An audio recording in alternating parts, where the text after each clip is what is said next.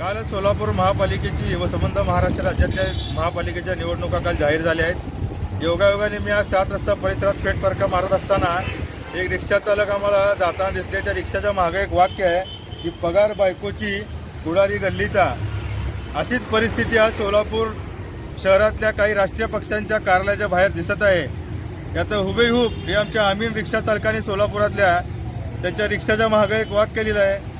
तसंच्या तसं आज सोलापुरात महापालिकेच्या निमित्तानं काही पक्षाच्या कार्यालयाबाहेरची परिस्थिती झालेली आहे। तुम्हाला हे कसं सुचलं हे लिहावं म्हणून?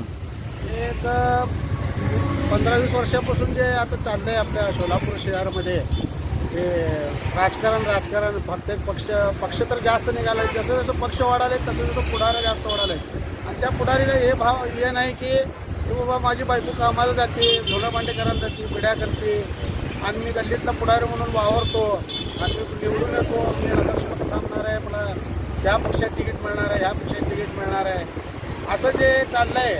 तर त्या लोकांना ही दिशा दाखवण्यासाठी हे वाक्य मी टाकलं आहे। महानगरपालिकेच्या निवडणुका ज्या आहेत लागलेल्या, सगळीकडे उमेदवारी अर्ज घ्यायची गडबड लागलेली आहे। कसं बघता तुम्ही ह्या लोकांमध्ये त्या संज्ञेचे लोक आहेत असं वाटतं तुम्हाला?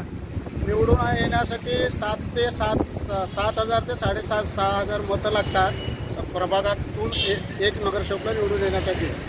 100 ते 50 पोरं व्याजबट्टीनं पैसे काढून कुणाचं तर टोपी घालून 100 पोरं घेऊन हॉटेलमध्ये बसून कट चहा पोजायला आणि घेऊन मागं पुढं फिरलं आणि तिथं विजापूरवर 60 रुपयाची बिर्याणी खाऊ घातलं तर माझ्या मागं एवढी जनता आहे, एवढे मी निवडून येतो असं लोकांना वाटतं आहे। ते लोक ते डोक्यातनं काढावं आणि हे डोक्यात घेऊन आपल्या कामधंदा करून आपल्या घरं सांभाळावं, आपल्या आईवडिलांना सांभाळावं आणि आपल्या गल्लीला आपल्या घरच्यांना हे करावं। आपली एवढी ताकद नाही ते आपण करू नये। आता नाही साधारणतः म्हणला तर 15-20 वर्षापूर्वी लोक 20-20 लाख 25-25 लाख रुपये घालून निवडून येत नाहीत आणि आता ही घरात बायको कामाला गेल्यानंतर कुठं निवडून येणार आहे?